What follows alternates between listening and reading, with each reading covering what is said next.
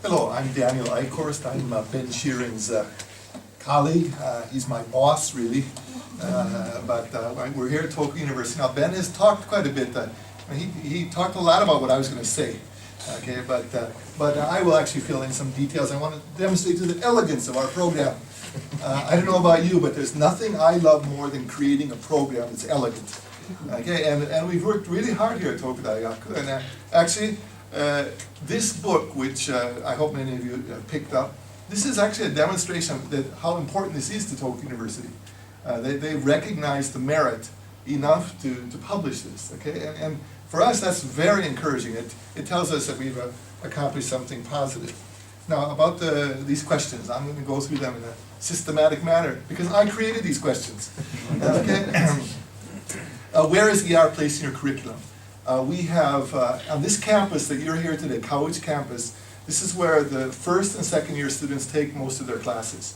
And all first year students are required to take 2 English classes a semester. One class would be a communication oriented class, or it could be a computer oriented class. The other class is going to be a reading class. So that's where we've slotted our class, the extensive reading, in the reading class of the first year. Second year students are required to take 1 English class a semester. This class could be a reading class, okay? And we have tried extensive reading in some second year classes, but we found it fits better in the first year class. One of the reasons is this kind of university, these students are coming through this entrance exam system. So their English is at its peak coming in the first semester of the first year, okay? And so this is our opportunity to build on that, and it's shifting their focus. So it works best in that first year. What is the disposition of faculty administration towards ER? In the case of faculty now, we have next semester, next year, we will have 7 full-time teachers and 1 part-time teacher involved with extensive reading. Okay, it's been built up little by little. It really started with Ben 1. Okay, and then it started with me 2. And once I joined, it just blew up. Okay, but you know, it kind of goes in streaks here a bit, and some teachers buy into it more than others. Okay, and we've had one person do it and then stop doing it. Okay, and so it's really important to you work with people. The most important thing for us actually is that among these faculty, there are 2 Japanese faculty now involved. Okay. And even though I'm looking, I'm looking here today at a room full of kind of mixed people, mixed nationalities. In the Japanese education system, the most important thing is to get Japanese faculty using this. Okay, and so this is the real challenge, and this is one of the reasons why we have produced this guidebook, for extensive reading and made it bilingual. Okay, and so that this is something that a Japanese faculty can look at this without a problem, okay, very quickly. And so that is the thing that is the most important for us in our context. In terms of the administration, this I think is where it's very important to develop personal relationships with people in the school office and the library. Okay, and we have been very successful in developing these relationships. And so it's a system issue, but it really becomes a personal relationship issue. And I will be honest with you, the key here is, can you speak Japanese or not? And so this is where the language issue, it can be a problem, especially with the school office. And so we've worked very hard at developing these relationships. The thing that we have to face here in this institution, this is a bureaucracy where people are always getting shifted around. So every 3 years, we can imagine that people in the school office or the library, they're going to change jobs. So today we introduce you to Mr. Yonezawa. He might be gone next year. Okay, so we got to develop a new relationship. Okay, so but this is the important thing. The one thing that we found on the part of our university, and this is the top administration of the university now. They are very interested in how our extensive reading will impact the TOEFL scores of students. And so this is an active research project that we are involved with, and you know, we're just a little nervous, okay, but we're confident that this will you know, produce better results, you know, but this is a research project that the president of our university is very interested in. Sorry, can I just cut in? Is that as these classes are better than the other types of reading, the 2/3 of other reading classes which other teachers are doing?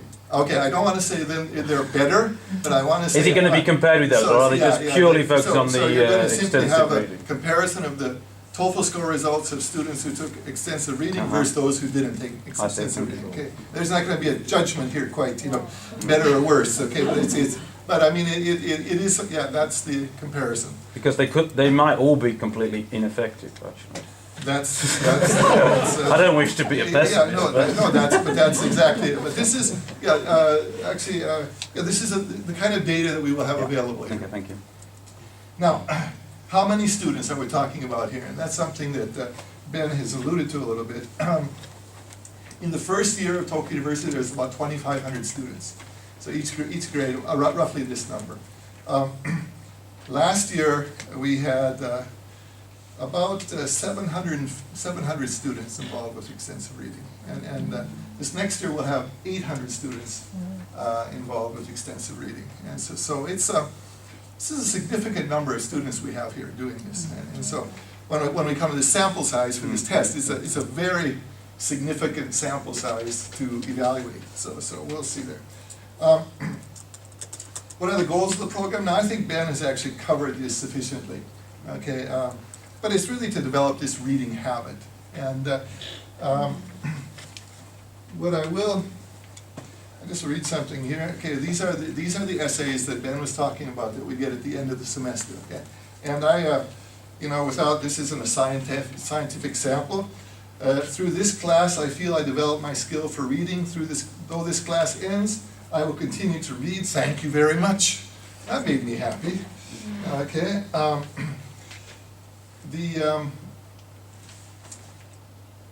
To be honest, I think this class is so bothersome, but I also think this class is so important for our English skill. Indeed, I could become a faster reader. Thanks to this class, I could solve long sentence questions of TOEFL in time. So I think it is good for me to take this class. This is the typical attitude, okay? This is a typical attitude, okay? First time I attended this class, I was so anxious. Could I catch up with other students? However, this class allowed me to read at my own pace, to take time I needed, and the low-level books were easier to read. I could start with positive feeling. Okay, so this is pretty much what the literature says about extensive reading, but this is, in fact, the feedback we get from students.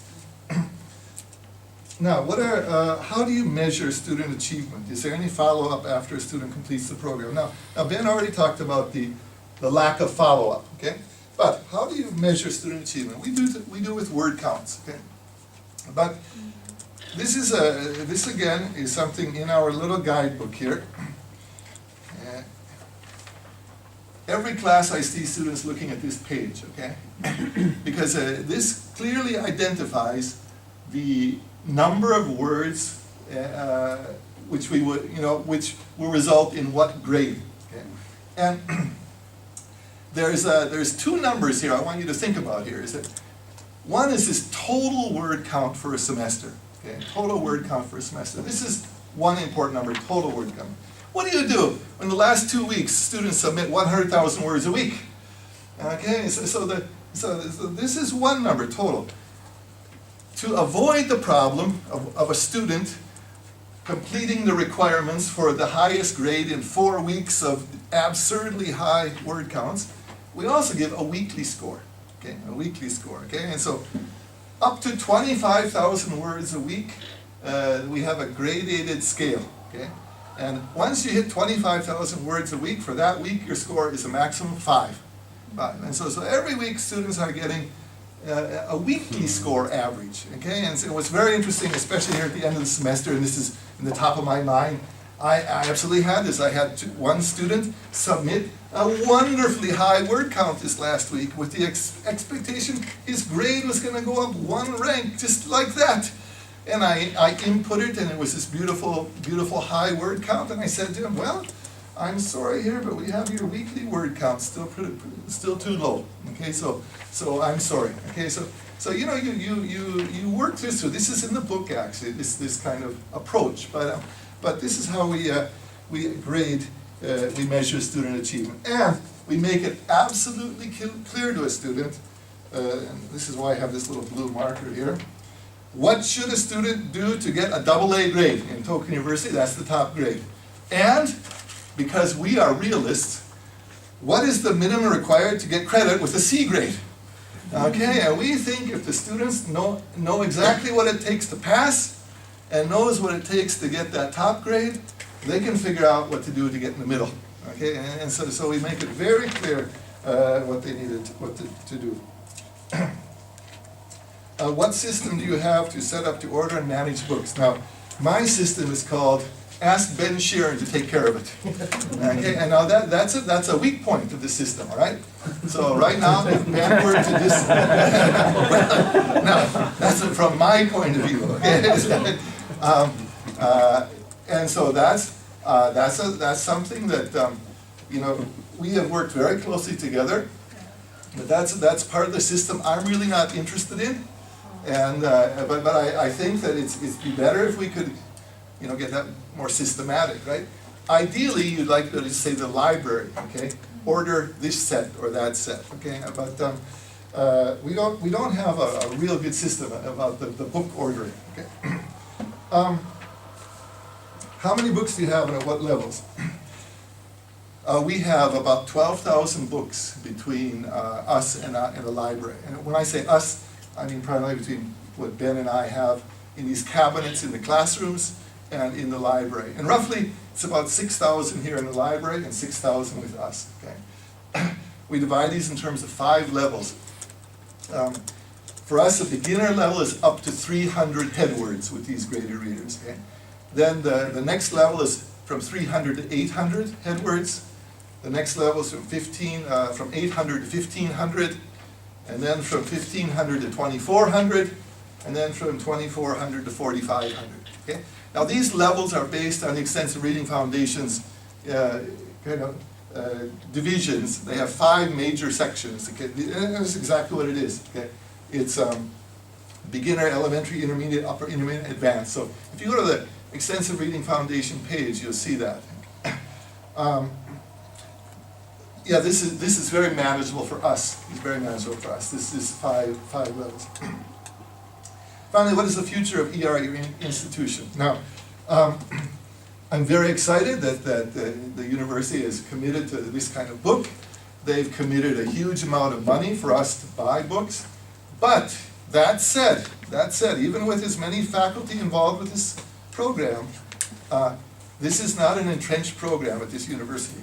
Okay, and it still depends largely on the efforts of Ben and myself.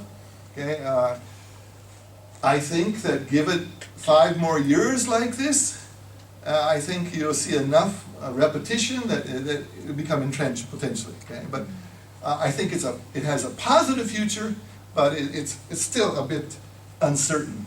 Now, the main thing here is that the results with students have been so positive.